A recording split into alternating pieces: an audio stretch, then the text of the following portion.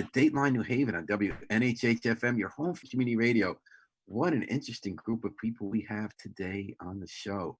Today we're going to be talking about COVID-19 and the collateral impacts on mental health.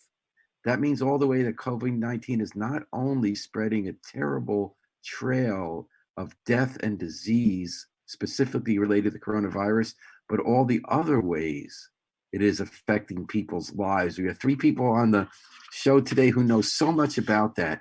U.S. Representative Rosa DeLauro has generously made time to visit with us from her Washington, D.C. apartment, where she's ready to sprint at a moment's notice over to the Capitol to vote on sending us millions and I believe billions of more dollars to deal with the crisis and to speak from the floor. Thank you, Rosa, for coming today onto the show. And Rosa arranged, this was her idea actually, to bring on two of New Haven's heroes in the quest to improve mental health in our community.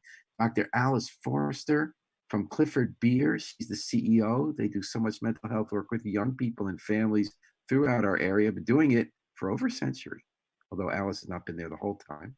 And Steve Marins, Dr. Steve Marins from the Yale Child Study Center, Harris Professor of Child Psychoanalysis, and one of the people who deal with the Childhood Violence Trauma Center at the Yale Child Study Center. Good morning, everyone, and thanks for joining us.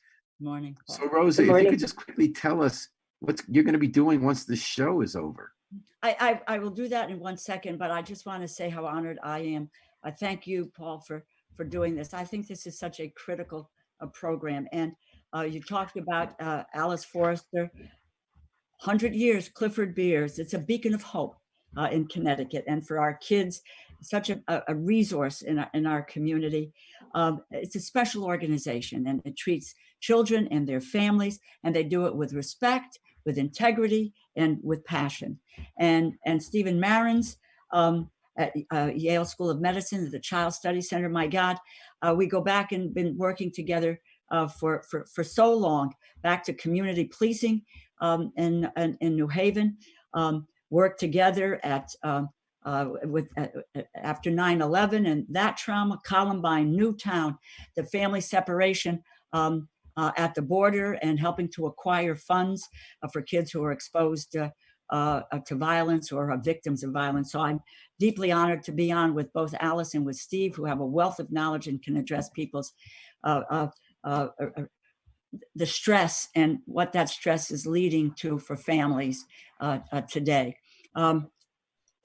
We will vote in the House today on what is the what we've been calling an interim package. As you know, there was the CARES package that passed, which was there was funding for small businesses.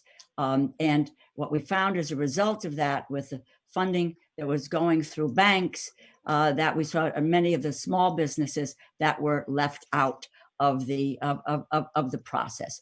So recognizing that we have all kinds of small businesses, restaurants, et cetera, gig workers, independent contractors, et cetera, which are really in desperation, that we needed to go back and look at additional funding. That's what this package is about today. It combines both about $310 billion for small businesses to work their way through the community banks and community institutions and credit unions to be able to help those very small businesses get back on their feet. There is also, which we put in, another $100 billion for hospitals. 75 of that will go directly to hospitals to deal with loss of revenue and to cover expenses.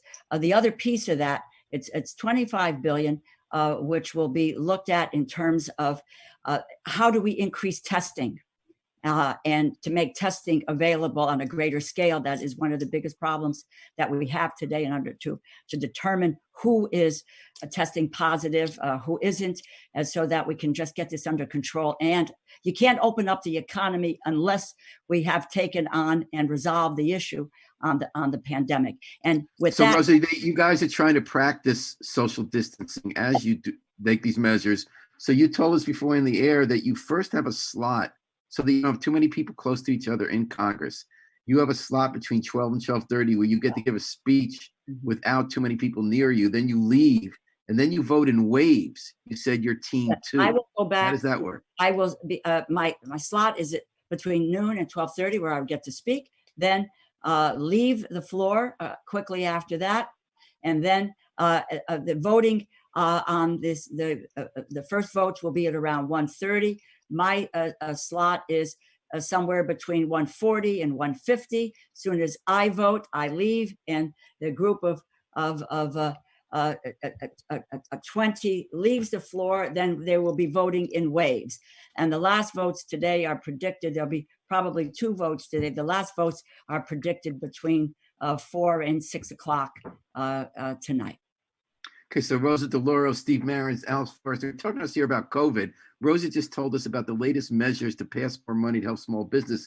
But while we've been working day to day on the immediate challenges of COVID, the disease itself, the money for businesses and hospitals, the 3 of you have been hearing a lot from people who have been hurt by this in other ways. Alice Foster, Clifford Beers has been working with local government and the school systems, even though school is out, to deal with some of those impacts. What are the challenges on the ground and how are you meeting them? Thank you, Paul, and thank you, Rosa, for your kind words around the clinic. So great to see your face, and Steve. Listen, the families that we serve at the clinic are predominantly receive Medicaid and live on the poverty line.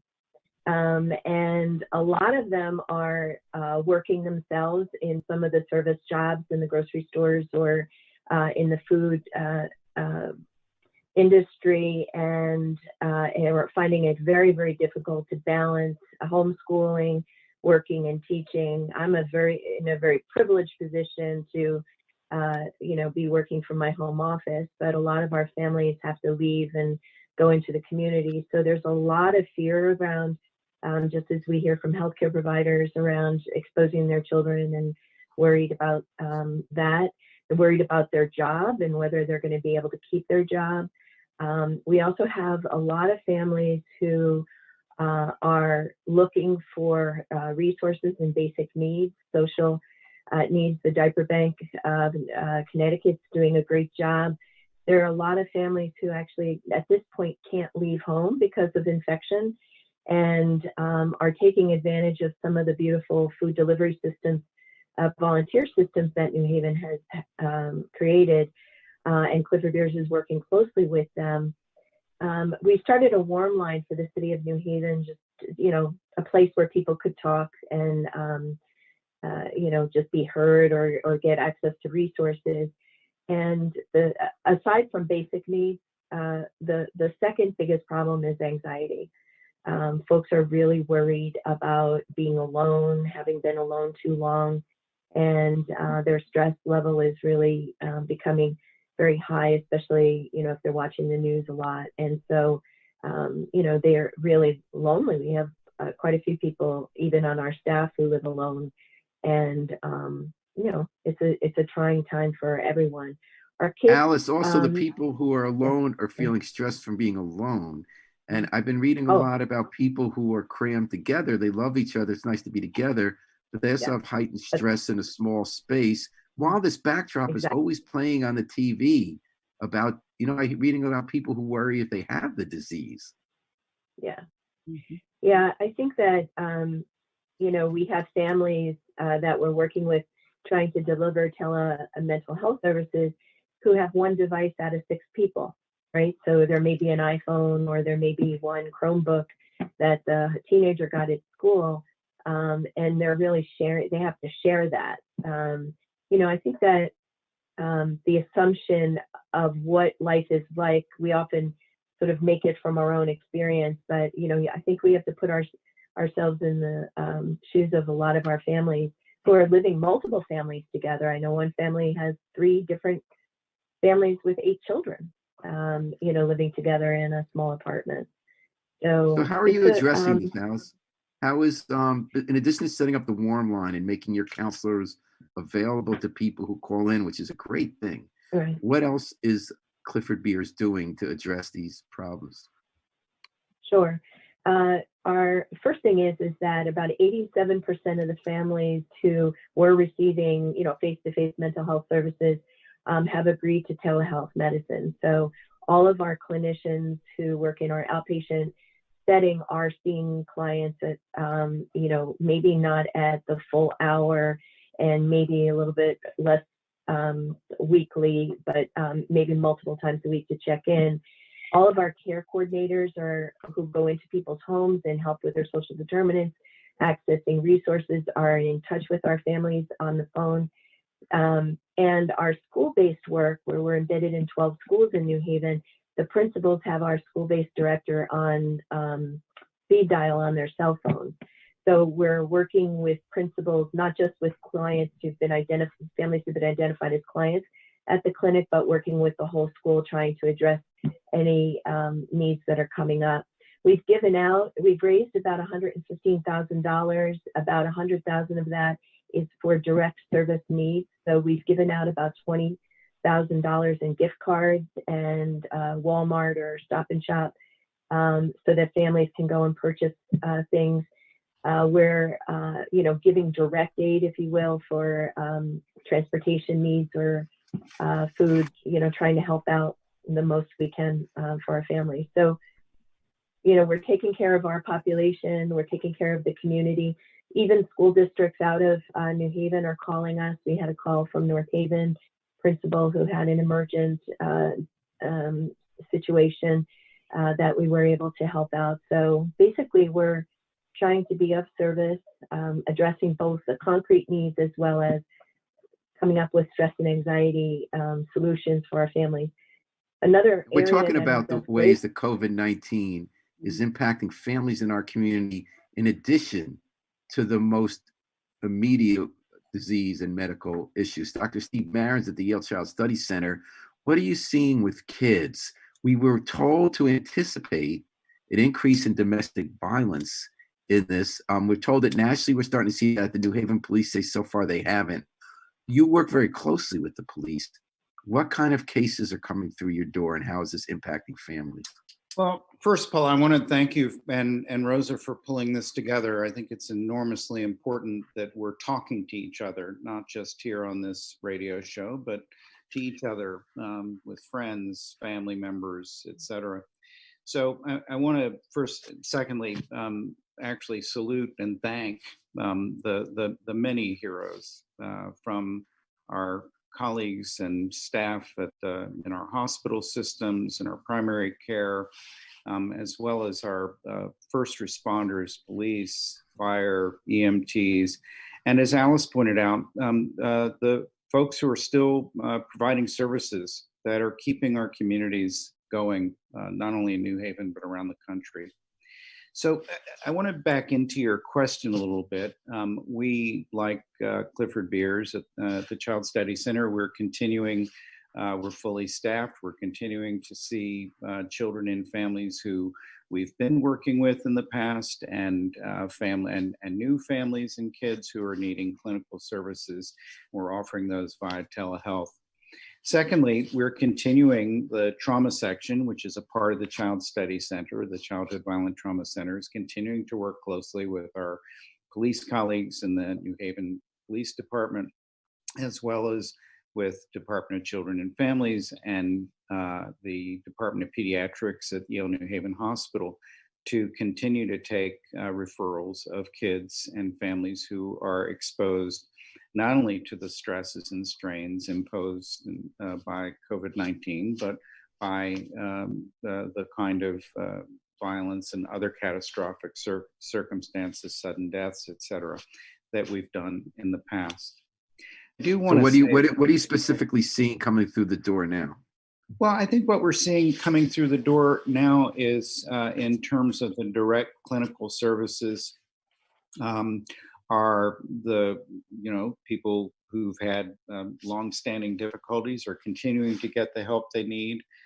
Kids who are having more struggles, or it's the first time that they're getting clinical services, we're open for business. In terms of the question about domestic violence, which impacts kids and adults, especially women who are typically victims of domestic violence.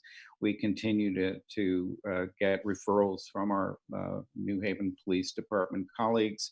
And we're not seeing the spike, but we're very concerned about the circumstances that put families at greater risk, particularly those who are quarantined in situations where in the past, one of the first efforts would be to ensure that the alleged perpetrator is not in the same location. But I do want to get back to some of the points that Alice was making. And it's the idea that the behavioral health impact of COVID-19 is actually not surprising. And as Rosa was pointing out, we've learned a lot along the way about how we share as human beings responses to circumstances that are unanticipated, that are threats to our health and safety and those of ones we love, and that lead to major disruptions in the touchstones of daily life that we just take for granted. And I think that one of the things that we know a great deal about is how these cluster of circumstances can actually lead to changes in the way that our brains and our bodies respond.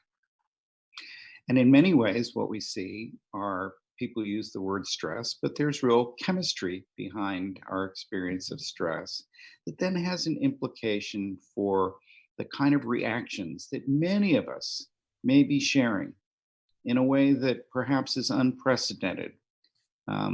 So many people sharing the same source of distress and having so many familiar reactions. And one of the real challenges is that there are two areas in which we don't have control. The first one is the virus itself.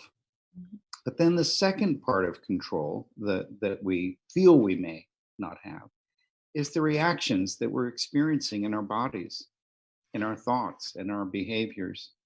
And that second area is something that we can help folks take greater control of. So one of the things that we've been working on in the Child Study Center, in the trauma section, is developing guidelines that can actually, number one, help adults recognize and understand what may be going on and to better recognize the symptoms they're having, and then of stress reactions, and then to offer some strategies for helping to turn the volume down on those reactions. Would that be like limit yourself to a few times a day checking in the news about what's happening with COVID and and understanding why. Nobody likes being told do this, right? We're all in a better place when we understand why we're taking recommendations from the so-called experts. So the news is a great example. We turn to the news as a way of getting more information in the hopes that we can get our heads around what's happening better. The problem is that if it's not helping us get our heads around it better, what it's actually doing is activating the very physical stress reactions that then propel you to keep looking more and more. And so a vicious cycle gets going. And this is true of many of the reactions. And so what's a good strategy for that, Steve? A good strategy on the news? You just gave it. The idea that, we recommend try to limit your looking at the news to twice a day, but these are recommendations. But I think it's easier to take recommendations when we understand why. All right. So Rosa, DeLauro, Alice Forrester, Dr. Steve Marins on Dateline New Haven and WNHH-FM. We're talking about COVID-19 and the ways, in addition to the immediate impacts of the disease, people's lives are affected. Rosa DeLauro, your office is almost like a clearinghouse or first responder to what people are thinking about. You've been listening to Steve and Alice. You've been listening to your constituents. What are you picking up on as the day-to-day ways your constituents in the 3rd Congressional District are being impacted in their mental health by COVID-19? Yeah, well, let me just say, and you're listening to, two expert professionals on how people, families, and children have to deal with stress, and it is the physical stress, there's mental stress, the changes in your body and the chemistry, all goes into this effort. One of the things that we did was to put together like a story corps. We asked people to tell us their stories. We have over 150 stories that have come in, and I mean, How did you do that, Rosa? Was that a web thing or yes, town meeting? and really, and I'm trying to read through them carefully, but I will just tell you, and this is one of the concerns when I'm talking to both Steve and to Alice. I'm mostly hearing from folks. This is a small business owner. I won't read the whole thing, and we're keeping this is all private, no names or anything will be disclosed. He was trying to help his staff stay on, etc. Could not get a loan, wound up keeping them on, and now has a real financial difficulty. But he says, I go to bed, I wake up every 2 hours screaming. And the next thing I have to do is to do this all over again tomorrow morning. The family that says we stay at home usually, the stay at home order has not impacted our work. They're essential employees. These are people of faith. We are learning to Zoom to connect with friends and families, but nothing can replace face-to-face contact. I miss them so much. A gentleman who says that one of the worst things that happened, the most profoundly emotional effect on me and my family, was to experience the recent death of my father in another state and be unable to go there and mourn with my family. He says, we are healthy, we are safe, we are finding silver linings. We're trying to help others who is not as fortunate. And so the way that people's lives are being led has led to enormous strength, and some, yes, are isolated. Some are not. One gentleman wrote, he says, I just walk in my apartment up and down, back and forth just to get some exercise. What concern I have as well, Steve and Alice, is that if there are children in the home, and there are children in the home, what I'm not getting a picture of, when you're under stress, you guys have taught me this. You transfer that stress. You transfer it to your spouse, you transfer it to your kids. What is the impact on kids today? I don't think that is coming forward. We're hearing a whole lot of families' financial concerns, what that's leading, but what is the direct effect on our kids in the short term and in the longer term of all of this? And this is of grave concern to me, which is why trying to put funding in for the network, Steve and Alice, for mental health services, and the bills that we are, the supplemental bills that we are doing, and the upcoming appropriations bills, and to focus in on the mental health of our families and our kids. And we are seeing nationwide, thank God not in the New Haven area, that increase in domestic violence. And we are trying to put in funding for dealing with that in the kind of warm line, the hotline, the way that Alice was talking about. I am worried about the effect on our children and how we are going to cope with that. All right, we're talking about that here on Dateline New Haven, 103.5 FM, live streamed at newhavenindependent.org. Rosa kind of threw the ball out here, but before we get to your answers, Harry Droz said that our listeners have comments. Last time Rosa was on, we didn't get to all of you, but we're going to try to get to a bunch of you. Harry, what do our listeners have to say? Kira Monet Mayo says, I sure can't wait to go back to work because my mental health is very disturbed. Oliver Collins says, my company, which I built for 7 years, is about to close down. Wait for the economy to crash. Wait for the crime to skyrocket. Face masks are perfect for it. Add a little warm weather in May, and bam, it's going to get ugly. Rebecca Sweeney Goddard says, excellent advice. Not every family has a device, internet, or any of the luxuries that we are blessed to have. And Rodney Williams has a really long post. He's basically saying that he hopes that the minority community gets a piece of this pie because the last pie they were left out of. And he says, why has it taken so long to test in the minority communities, that so many were left to die without testing, and that and that the stay-at-home policies are going to have an adverse effect on a lot of homes that have domestic violence issues. And thank you, Harry. Thank you, everyone, for the questions. Rebecca, you probably remember her, Rosa. She was a top officer in the New Haven Police Department, second generation, her dad too. And now she's the principal at a Catholic school. And so you can see her concern with the families.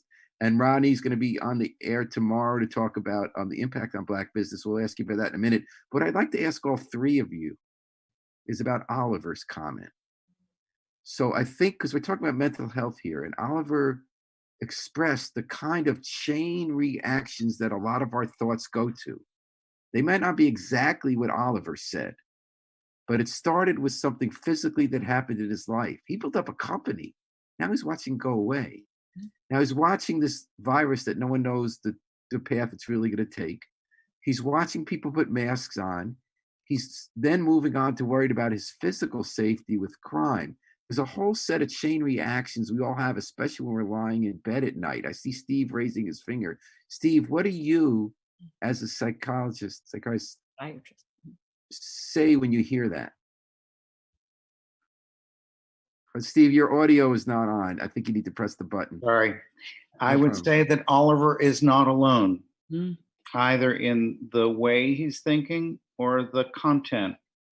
And, as we listen to Oliver and we imagine being in his shoes as he's having those thoughts and those experiences, especially in the middle of the night, we can appreciate that accompanying those thoughts are the increased levels of feeling distressed in his body.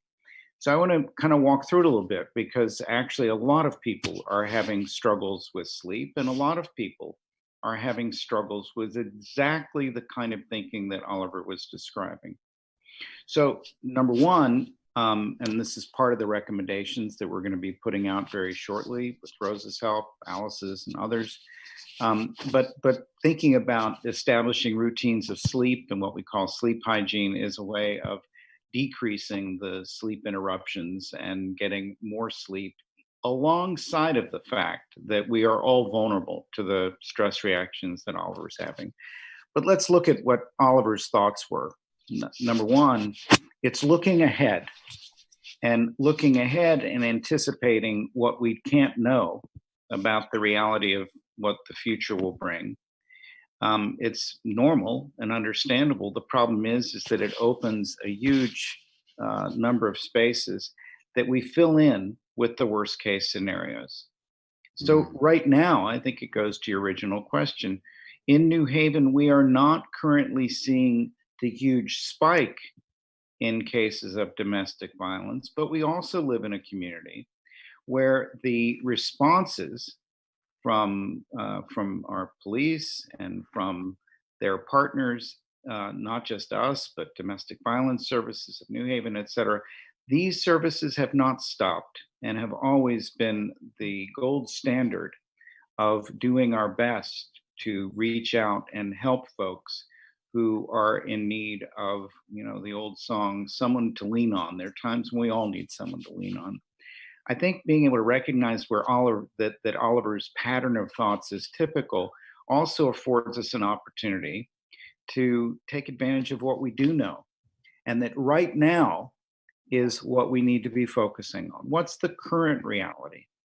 And that the dire predictions, while understandable, only generate the same level of heightened distress and more dire predictions and more worry, et cetera. It's a vicious cycle that we can find ways of interrupting when we recognize what's happening to ourselves. So would two techniques be, first you talk about sleep hygiene. I've just started hearing about this. A lot of people in your field seem to be suggesting go to bed around the same time at night, don't eat right before bed, that kind of stuff.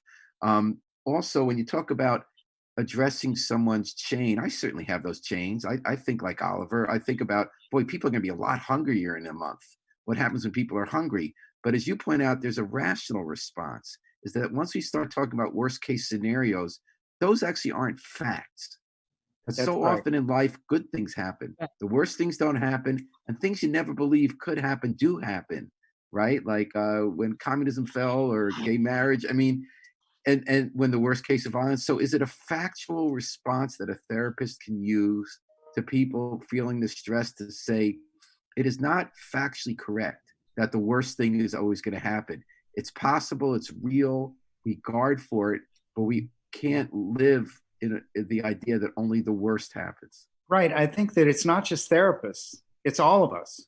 Right. This is about being an informed public, which is why this show is so invaluable, and why the information, why what Alice is doing with the warm line, et cetera. This is all of us, and helping each other to put the brakes on a pattern of thinking that Oliver's was demonstrating. That's an act of kindness. That's an act of support, and that's an act of helping each other put the brakes on. And it's not just saying stop having the thoughts. It's actually about helping ground someone in order to turn the volume down on all of the physical reactions that all of us feel if we start going in the direction of those dire predictions. And there are also techniques to use to turn the volume down on our physical reactions. So there are relaxation techniques, there are distraction techniques, there are lots of ways that can help interrupt that cycle of frightening thoughts, disturbing physical reactions that we call anxiety, worry, etc., and helping each other to put the brakes on. And the last comment I would say is, to your point, Paul, about history and what history has taught us. This country, we have been fortunate, but many have not, because they've had their own personal experience of overwhelming odds, overwhelming circumstances with which they've had to grapple across generations, especially for those in our minority communities. Having said that, you're absolutely right that people who lived through the Blitz and all the horrors of World War II survived and were at their best when they were able to support each other and to recognize that we are not only in this together, but that there are strategies and approaches, some of which have been outlined, to actually confront the challenges. And another way, psychologists have often talked about, I'm going to turn this to Rosa and Alice. So Steve just outlined ways we can take to just lower our stress and help each other do that through techniques. Nothing, Rosa, you've been very steeped in the history, beginning back to when your parents were in Wooster Square and many people working in factories, and they dealt with conditions by trying to not just day to day help each other, but to change conditions. That I believe psychologically has been proven that when people unite to try to take action to change their circumstances, that those circumstances improve. And I'm thinking about Yale Haven Hospital this week. The workers signed a petition wanting hazard pay. They got the bonuses. Do you see your work, Rosa, in Congress as trying to help the efforts of Steve Marins, Alice Forrester, Rodney Williams? Are there specific ways that you and the people in the community are supporting that take collective action to change circumstances as a way to deal with crisis? Well, let me say let me see if I can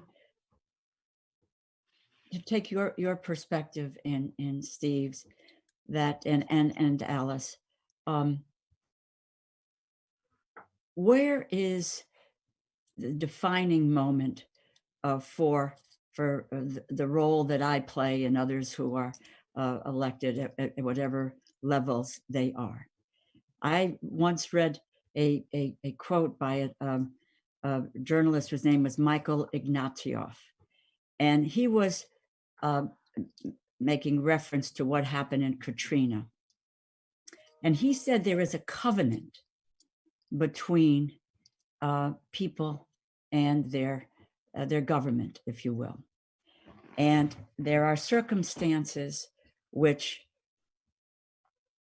and the challenges are so great, and that people on their own, individually, can't address. They can't address and overcome the challenge on their own.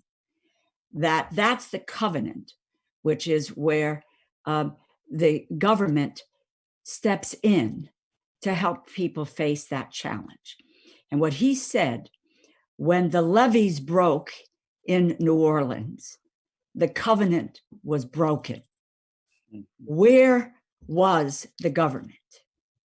And I have that same view of today with this effort.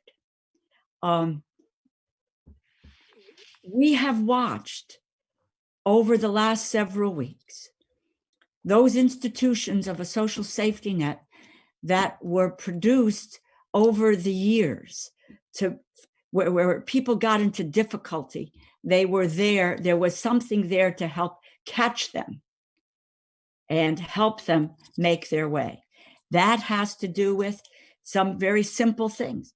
An unemployment insurance system, which has collapsed because of the overwhelming number of people who are out of work, who have filed claims. They can't get the funding as they need it.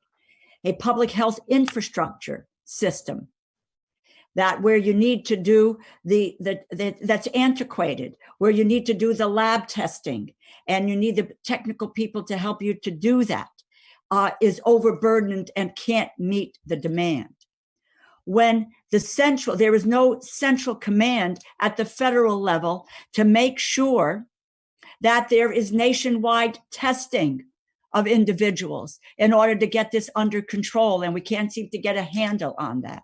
The gentleman talks about masks and masks and masks. We need to test people to find out what's going on. On the issues of masks with the personal protective equipment, why haven't we been able to deal with some sort of a central command that says, this is where the product is, these are the places where it's needed the most, and get it out on such on a basis? We have seen that where we need to step in to maintain that covenant that we have with people, that has been flagging, that it has not worked, and that people are suffering, and they are suffering in many instances they view on their own. And that, thank God, look, we're looking at healthcare professionals, first responders, who their own lives are at risk. And we have a government that says, open up, when we don't know if we have this under control. Whose lives are in jeopardy? Right. Are those lives not worthy of our... So let's talk... But I'd like to ask you, Rose. You talk about the gentleman who talked about health disparities in minority communities. We have been talking about that for a long time, but that is true.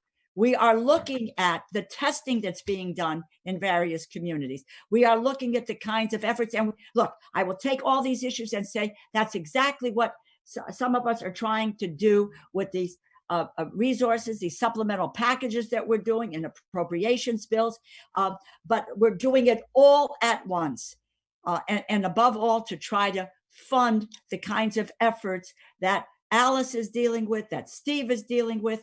I got to say one more, and food. We are not a nation without an abundance of food. The problem and the breakdown is in our distribution system. How are we helping farmers so that they're not plowing under? Yeah. How are we helping dairy farmers so milk can go to families that need it now? Why aren't we using restaurants as a vehicle for a food delivery? Why aren't we doing something with emergency food assistance so that people are getting that? This is all of a pattern, Paul, and and we have to help people. I'll say this finally. We have to be truthful with people. We can't sell them a bill of goods. And we have to help them make their way through what is happening by doing the kinds of things that people are doing on a day-to-day basis to help individuals, and as government needs to try to be doing about trying to help people collectively. And as Steve points out, you could be overwhelmed trying to think of every scenario and every problem. Now, that comes to your door because you hear from everybody, and these are all big problems to solve. And I think it's interesting to drill down the way Rodney did, where you and other members of Congress heard about how small businesses like the one you read, so you went and got the money. And then you're frustrated to see that, yes, some people were helped, but most people didn't get it, especially in the minority community. You're getting money for testing. As Rodney pointed out, it took a long time to get that to the minority community, and some people have died who might not have died. So you're just one person. You're doing it all day, you're working all these issues. When you hear Rodney say accurately that it's not filtering down much to the minority community yet, and you've spent all this time getting trillions of dollars, how do you act next to take it to the next level to help? Well, we, in fact, in this package, which I will vote on today, we are looking at. We are going to talk about the data collection, the information to find out what is happening, so that we can move in these areas on testing, that we can move into the small business area. And I might add, the package also says that the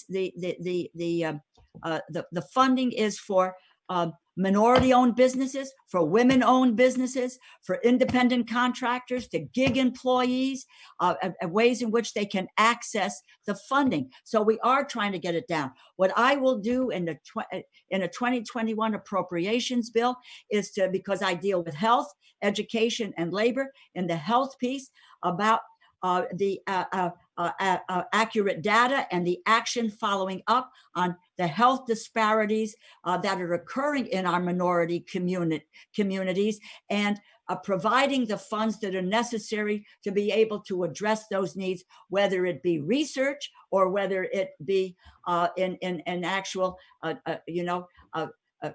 dollars for particular illnesses, etc. So we have not lost track of that. But it doesn't happen overnight either. And it happens at all different levels. Alice, are you still with us? Because I don't see your picture. I am. Alice, do you have anything to here. add about that? Maybe you want to turn your video back on. Yeah. Oh, I thought it was on. It's okay. Yeah, her video is on, Paul. Okay. It's on. Oh, okay. It's sorry. just my phone. Rosa, you're amazing, and Steve. I mean, the covenant is broken, and we have been betrayed, and yet, I don't mean to sound kind of goofy about New Haven, but New Haven really is a different kind of place.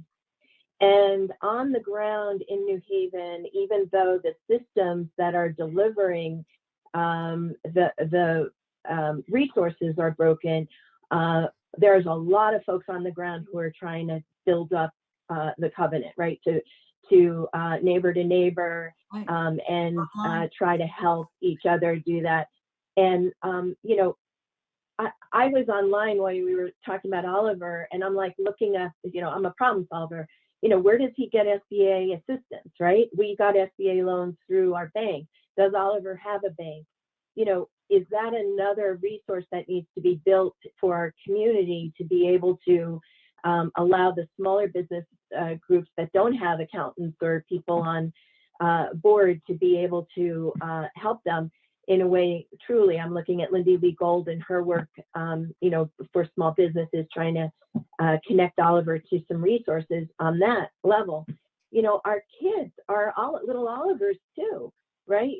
Rosa, you asked, our kids are pacing the floors, are not sleeping, are missing and grieving their connection. Let's say, their football season, their baseball season, the kids who are very, get their self-esteem or connection, from connection with others. And, they're pacing in little apartments and not feeling safe, to even go out to a park to play. We have to, on the ground, because our larger federal system pathways are so complicated and so diffused, that we have to, on the ground, create connection and solutions. Steve and a group of folks wrote one of the best articles I've ever read, which is In the Best Interest of Society. And the article really talks about, it is not the mental health workers who are going to solve this terrible problem in our country. It is going to be everyone, the teachers, the first responders, Paul Bass from the New Haven Independent, people pointing out social, inequities in health.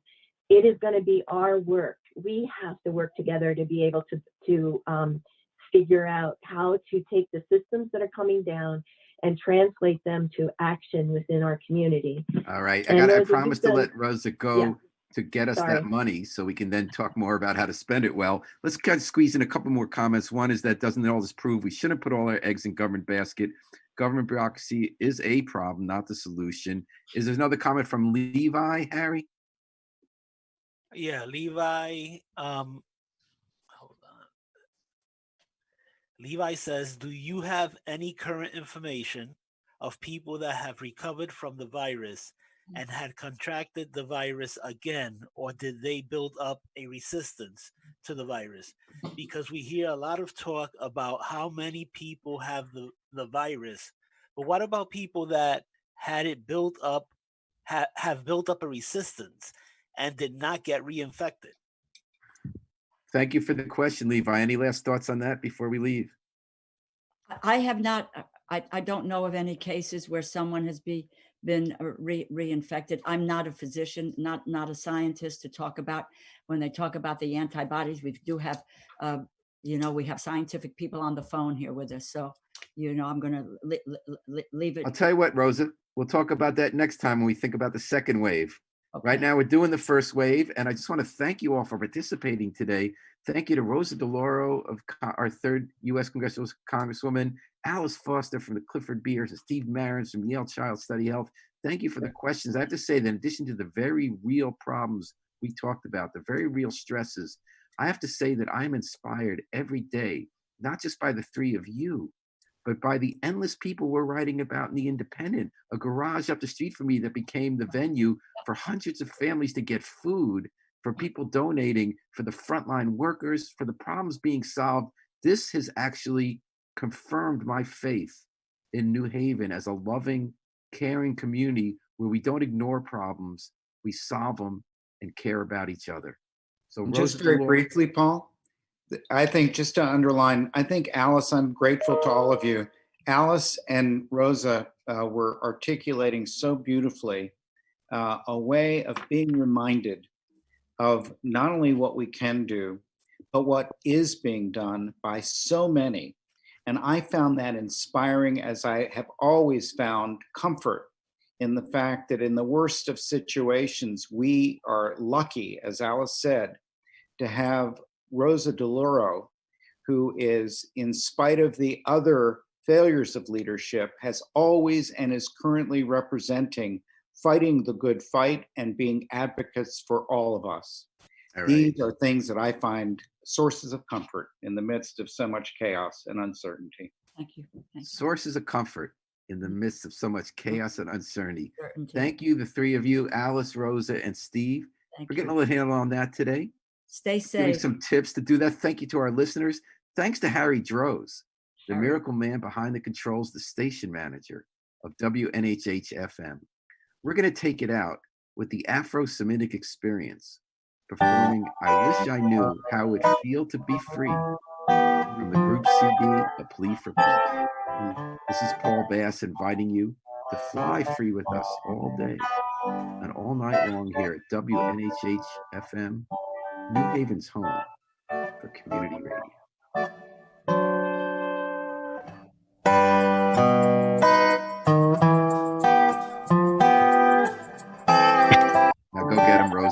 Thank you.